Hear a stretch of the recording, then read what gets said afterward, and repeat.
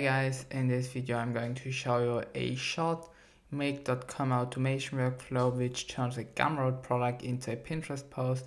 So yeah, what is this automation doing? As you can see here, we have a Pinterest board, and if we click on run once, it will take a product from our Gumroad page, the one we connected our own, and post 3 of them to Pinterest.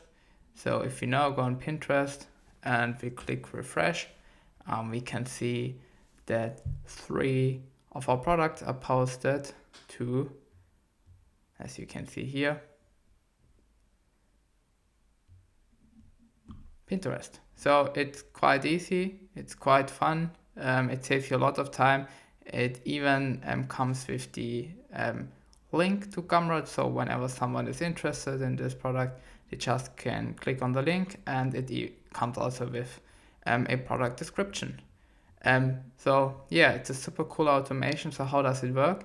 So first of all, you need to set up Gumroad, and the limit here is 3 products. That's why we get 3 products, and then it creates 3 pins on Pinterest.